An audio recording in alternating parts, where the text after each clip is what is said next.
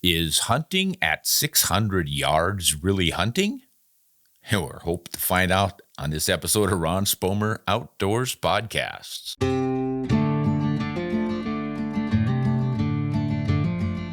Hi, podcast fans. Ron Spomer back at you with some good questions from our viewers and readers.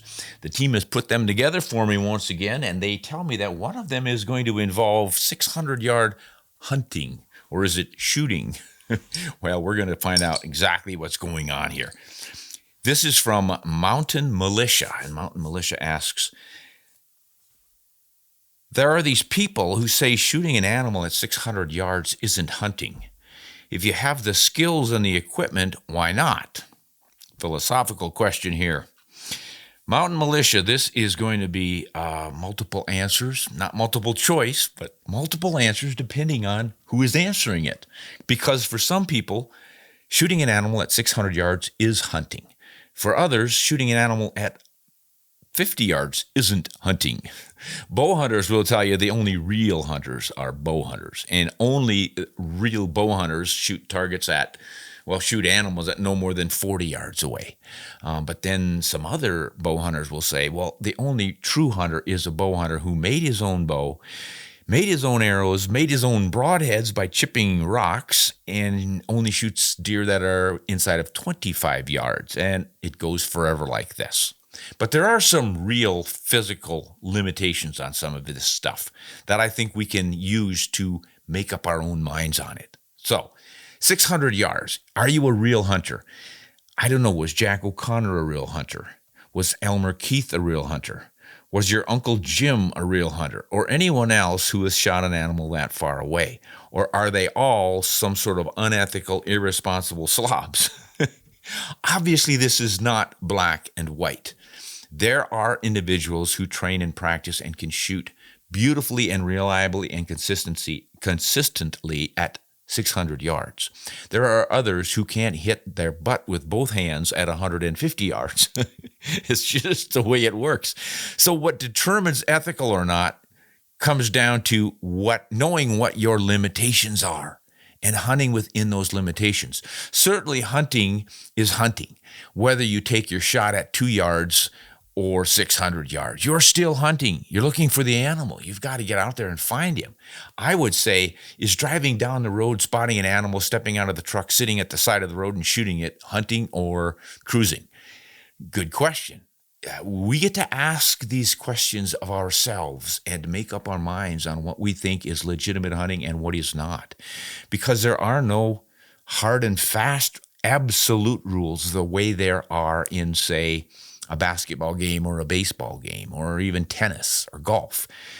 All these sports have limitations, and that's part of the reason why hunting is known as sport hunting. It's not because we're making sport of the animals and just going out for a frivolous pursuit. It's because we've placed ethical limits on our behavior, what we can and cannot legally do. So yes, we do have some fields of play outlines as provided by fish and game agencies. Season dates, bag limits, cartridges that you can and can't use, magazine limits on your cartridges, all sorts of things that we have established as the rules of our game. They vary somewhat state to state, but that's okay. And they vary family to family and individual to individual. I've been in some hunting camps where they had certain rules, like you can't shoot does. No matter that the season is open and you have a tag for a doe, and fish and game biologists say that it's important to shoot does because we have an overpopulation. If this particular hunting club said no does, those were the rules. So no does. Now, 600 yards. Here's where the ethical questions come in on something that's that far away, and it's bullet flight time. How long does it take the bullet to get there? Even if you are an absolute perfect shot who can hit a dime every time at 600 yards, even after you've just run up a mountain, to be grammatically correct, and you're breathing heavily, you just are so skillful that you can stand on your hind legs, throw your rifle up, and hit that target every time, almost as if you were a Hollywood star in a movie. Of course, in real life, that stuff never happens. But let's just say that's going to happen. You still have an ethical dilemma here because of the bullet's time of flight. How long does it take the bullet to get from I'm pulling the trigger to the target?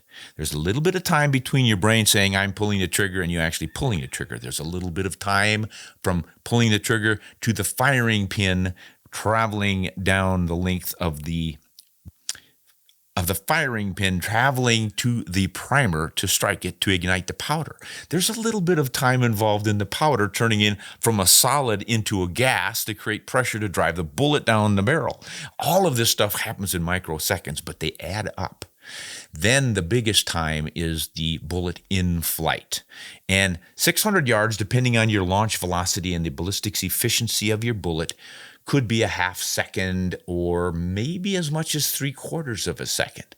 What can that animal do during that 1/2 second to a 1 second time lapse between your brain saying go and the bullet getting there? It could duck, it could move its head, it could turn around, it could take a step forward. Any number of simple moves very quickly could result in a poor hit or a miss. Now, a miss, big deal. That's on you, no fault. But if you hit the animal in a bad place, you've got a wounding loss situation on your hands. There's where the problem comes in for a lot of us who think we shouldn't be shooting that far. And I am not blameless here. This is not white snow you see covering me, because I have tried some long shots. And as a young man, I occasionally tried a stupid shot, like a 535-yard shot when I didn't know the distance. I merely guessed at it. But those are the kinds of things young people will do, and that's one of the problems that we have with all of this sales pitch of long-range rifles and scopes and bullets and everything else. It's just too easy to sell that stuff to a gullible person or an enthusiastic person who wants to do that sort of thing and goes off, shall we say, half-cocked. Because, yes, you can buy the equipment that will do that, but do you then take the time, your responsibility, to learn how to use it that well? 600-yard shot to a lot of long-range shooters is nothing, but to someone just starting out, it's a big deal. And if the wind's blowing a little bit and you don't know exactly how much and from which direction, it's a really big deal. That can blow your bullet easily off target and have another wounding loss. So those are the concerns. So it's not so much that a 600-yard shot isn't hunting, it's that it isn't ethical, responsible shooting at the game that you have hunted. Now, some can make an argument that it's not really hunting because that's so far away the animal probably can't detect you with its senses. Can't hear you, smell you, see you. How does it know you're there? So it's not afraid of you. On the other hand, it might. I have been out pronghorn hunting when I look at them, they're already looking at me and they're 600 yards away. But, it's a valid argument. And once again, we each have to make up our own mind on what we think is ethical and what we think is not. There's just no way that you can establish a law saying thou shalt not take a shot at anything farther than 200 yards or 300 or 600. There's just no policing that sort of thing. It's self-policing. And that's one of the important responsibilities as a hunter that we all share. If we want to defend what we do in the eyes of the general public, we have to take it seriously and do it very well. And part of that internal consultation that we have is going to involve this sort of thing. Are we really good enough to take these shots, whether it's 50 yards or 500 or 600? So it becomes a very personal issue. And that's one of the things that I think Aldo Leopold wrote this about hunters. He said, we don't have a jury. We don't have a fan base in the stadium watching us. We don't have umpires right there to say, foul, you 5-yard penalty, you're out of the game, or anything like that. It's all up to us. So I think what we want to take away from this little discussion with Mountain Militia here is that, just that. Do think hard and deeply about your responsibilities as a hunter, both to the animal that you're hunting, to your fellow hunters and your hunting heritage, and how the general public views hunting, and yourself, and can you live with it? All of those things come into play, and I think you'll find the answer yourself when you consider that. All right, good, thoughtful question there, Mountain Militia. This is from Peter. I know. Oh, Peter is a Patreon member, so I've already seen this one. When I get questions from our Patreon members, I hop right to them. So I've already answered him, and by golly, the team has put down the question and the answer so I could read it to you. Peter asks, I have an old Ruger M77 with a tang safety. Ooh, I used to have one of those. Those were great. Got mine in 1976. 270 Winchester. Would put them all right there, guys. 5 shots inside of a quarter. I loved it. It has a nice wood stock. Now we're getting back to Peter's. I'm sorry I interrupted there, Peter. It has a nice wood stock, and I'd like to extend the length of pull and have it still look classy. That's one of the things about the M77 Ruger. It was a classy, traditional stock line. Beautiful.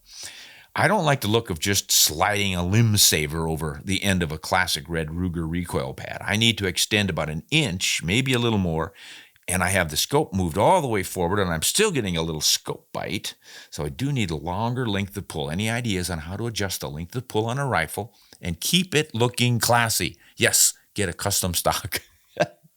I know that's not what you wanted to hear. You already knew that. But that is absolutely the best way, just to have a full custom stock made. I have never found a way to add a chunk of wood behind an existing stock, especially not an inch long. Man, you must be tall and have one heck of a length of pull to need an inch, because usually a quarter inch is a big adjustment. You might want to proceed slowly on this one, Peter. I'm not reading my answer. I'm just taking it off the top of my head. Well, that's okay. Top of the head's going to work. So I would recommend that Peter take small slices of a stock building material and see how well that fits until he gets his perfect length of pull. Maybe he does need a complete inch, but man, that is a lot. So how you do that? You can put spacers in, and we've all seen rifles with spacers at the butt between the pad and the wood. And back in the 60s, they got into this white line spacer craze, which was not too aesthetically pleasing, but it was a thing. But the black spacers are pretty inconspicuous. A lot of guys will use those. But you can also go to a thicker pad. You know, there are a lot of recoil pads on the market, and some of them are a quarter inch thick, some a half inch, some an inch, some even a little bit longer than an inch. So you could add entire inch just on the pad. But of course, the rifle's already coming with probably a quarter to a half inch pad, so you don't get a complete inch off of it. Another option, maybe I'm going to have to read this and see what I said. All right, I actually did some research and I came up with a pad. Limb Saver's Nitro Grind to Fit pad is 1 1/2 inches thick. Packmeyer's Decelerator Trap pad looks to be about an inch thick too. So snoop around and you might score. You might also look for a scope with extra eye relief. So it might not be a length of pull issue so much as the scope. Eye relief needs to be longer.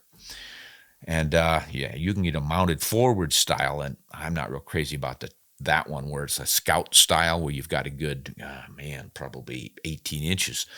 Then you start to lose your field of view, so I'm not crazy about that. But you can find scopes that have an eye relief of 3 inches and some that are 4.5. Maybe that would be enough. So try that. I also asked Peter if he pushed his face forward on the stock a lot. There are guys that do, we call it creeping the stock or the comb. You raise your rifle and then you slide your face forward like this. You don't have to do that. A lot of people just instinctively do, but you can train yourself to shoot heads up style.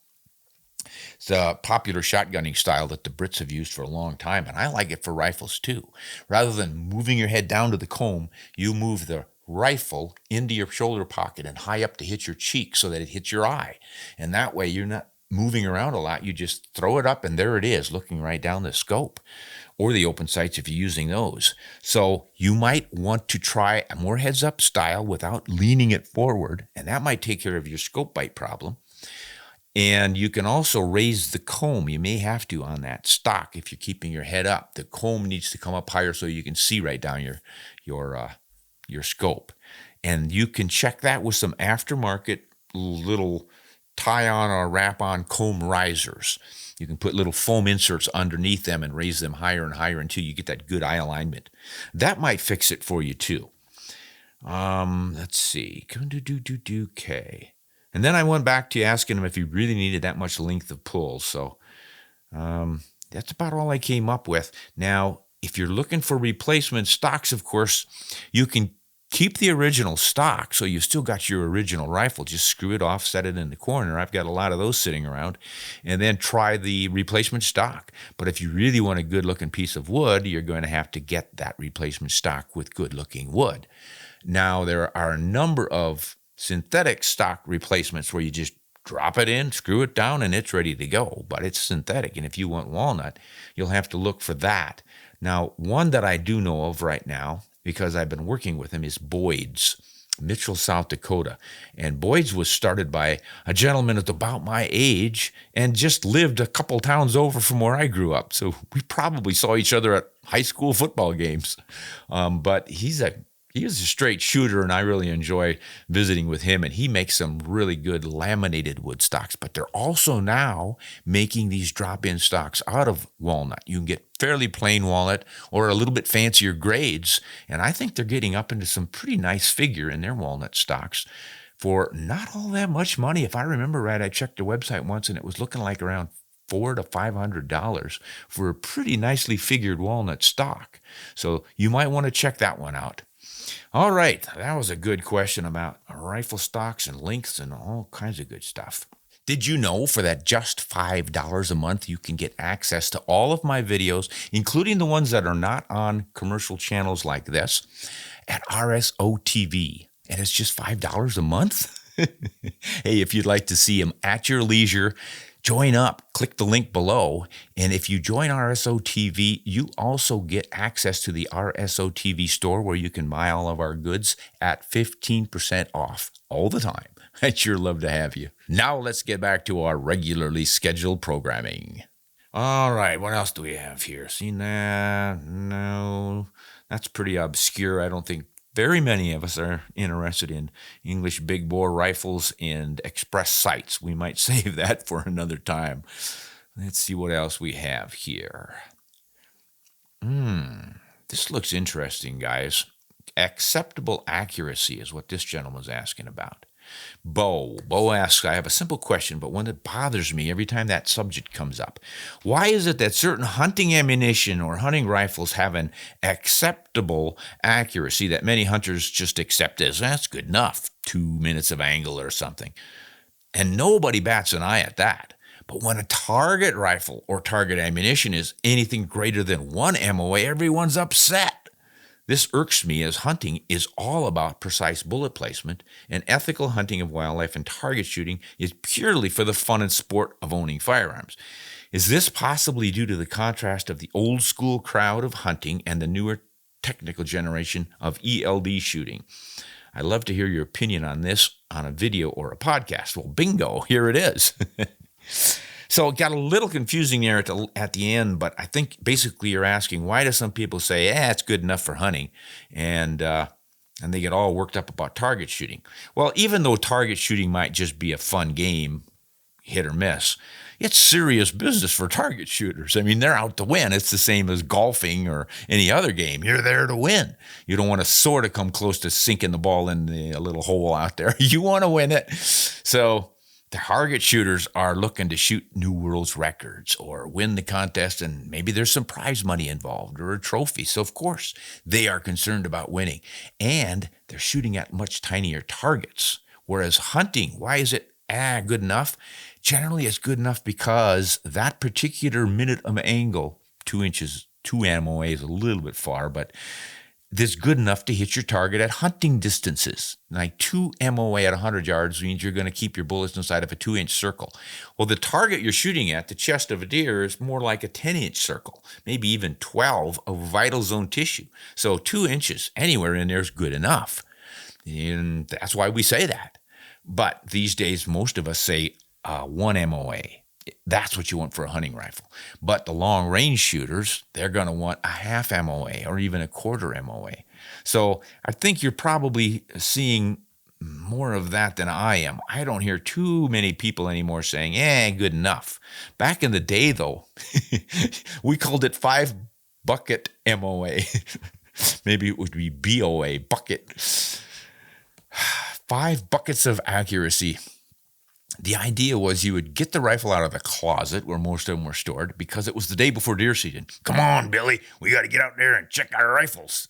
So you'd grab the rifle out of the closet, blow the dust off of it, find the shells in the drawer somewhere, head on out, stick a 5-gallon bucket out there 100 yards, take a shot at it, usually offhand, sometimes sitting. Every once in a while, we'd lean over the hood of the truck.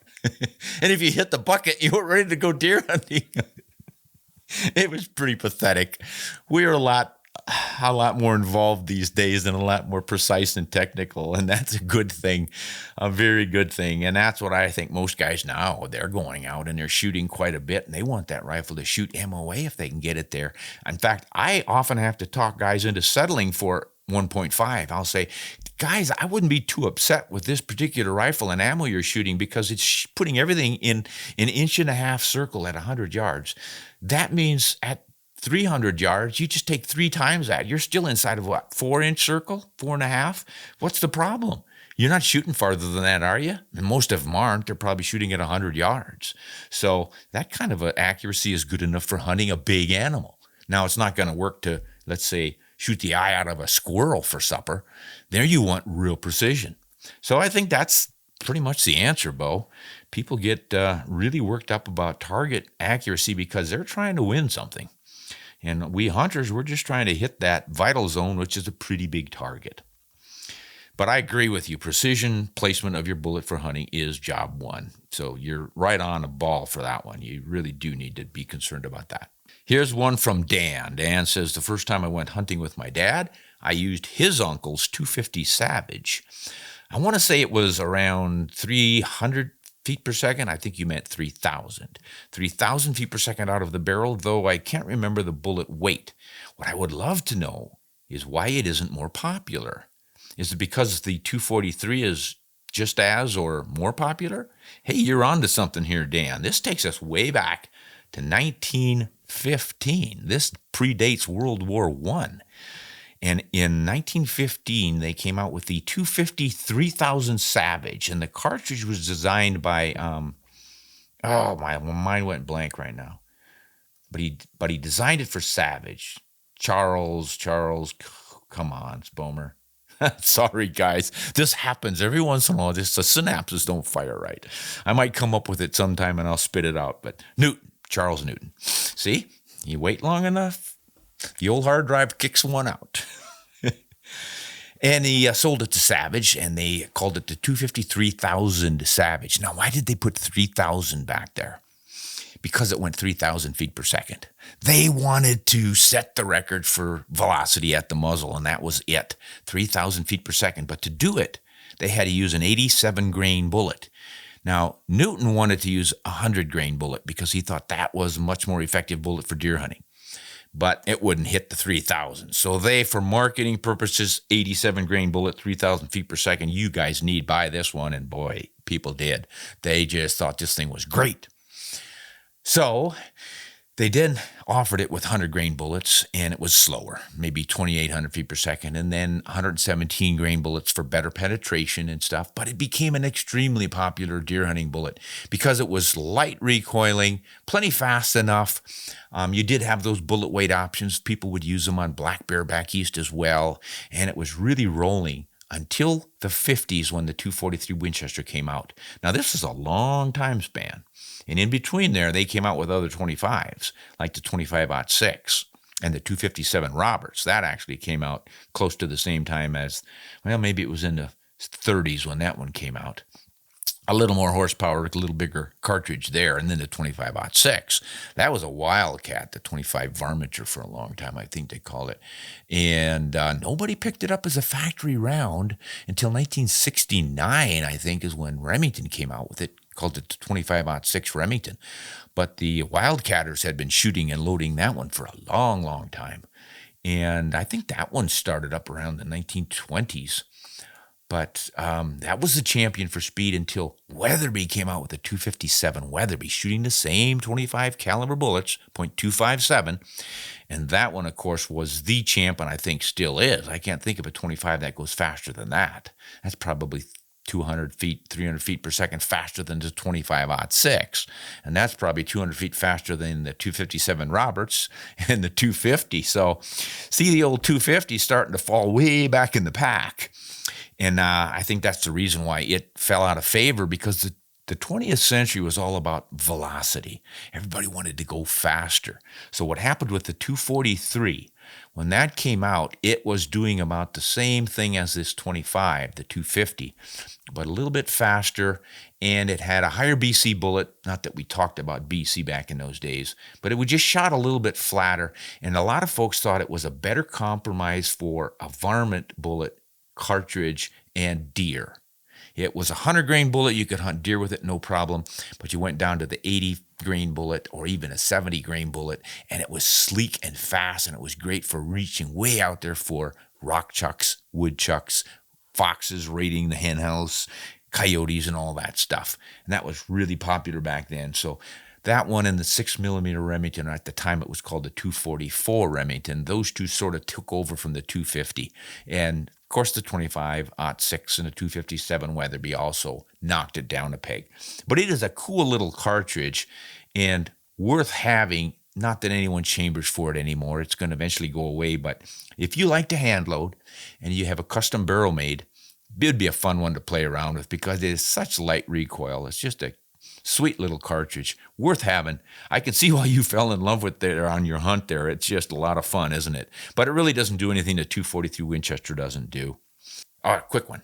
Here's a quick one from D. D asks, do you know the difference between an InterLock bullet and an AccuBond bullet? Yes, those are both from Hornady. Excellent bullets. I've used them both, especially the InterLock. Used that for years. The InterLock bullet's jacket has a little rim around the inside of it. Doesn't go all the way through transversely, but it's just a little rim that goes into the lead to help hold it in. So it's a little bit more of a controlled expansion bullet, but yeah, they can break apart and the lead can come out. The AccuBond bullet is pretty much the same, but instead of having that little rim around there, they molecularly bond the jacket to the lead core, like all bonded bullets. That one tends to stay in one piece a little bit better. They're both great and effective deer bullets, so can highly recommend them. They're usually pretty darn accurate too. And I think that's the time we have for questions today, folks. I do want to thank you for asking you the questions and for listening to the answers, and let me know if I got anything wrong, because I do want to get this stuff right.